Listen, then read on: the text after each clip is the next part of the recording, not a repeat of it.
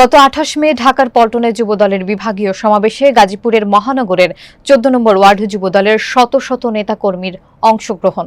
গাজীপুর মহানগর ১৪ নম্বর ওয়ার্ড যুবদল সভাপতি জনাব নাজমুল হোসেন বলেন, তারুণ্য শক্তি এবং তরুণদের রাজনীতি ভবিষ্যতে যুবদলে বিরাট ভূমিকা রাখবে এবং একই সাথে তিনি যুবদলের ঐক্য ধরে রাখারও আহ্বান জানিয়েছেন। বিস্তারিত থাকছে আর বিশ্বাসের তথ্যচিত্রে। রমনা চত্বরে গাজীপুর মহানগর ১৪ নম্বর ওয়ার্ড যুবদলের সভাপতি মোহাম্মদ নাজমুল হোসেন এবং সাধারণ সম্পাদক মোহাম্মদ সরোয়ার হোসেনের নেতৃত্বে মিছিল শুরু হয়ে গাজীপুর মহানগর যুবদলের মিছিলের সাথে এক হয় এবং গাজীপুর বাসন মেট্রো থানার যুবদলের নেতাকর্মীর আরেকটি মিছিল একত্রিত হয়। পরে হাজার হাজার নেতাকর্মীর উপস্থিতিতে বিশাল এক মিছিলের বহর পল্টনে গিয়ে শেষ হয় এবং রূপায়ণ টাওয়ারের সামনে অবস্থান নিয়ে স্লোগানে মুখরিত করে তোলে।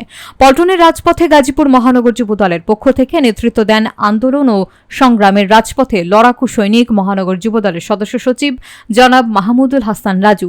সমাবেশে বলিষ্ঠ নেতৃত্ব দেন রাজপথের আন্দোলনে ঝাঁপিয়ে পড়া আরেক সংগ্রামী নেতা গাজীপুর মহানগর যুবদলের আহ্বায়ক জনাব সাজেদুল ইসলাম। গাজীপুর মহানগর যুবদলের নেতৃত্বে হাজার হাজার নেতাকর্মীর উপস্থিতি বিভাগীয় সমাবেশ সফল এবং সার্থক করে তোলে।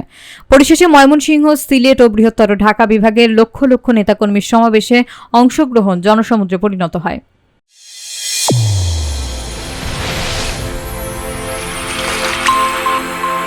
চ্যানেল A1 হৃদয়ের স্পন্দন।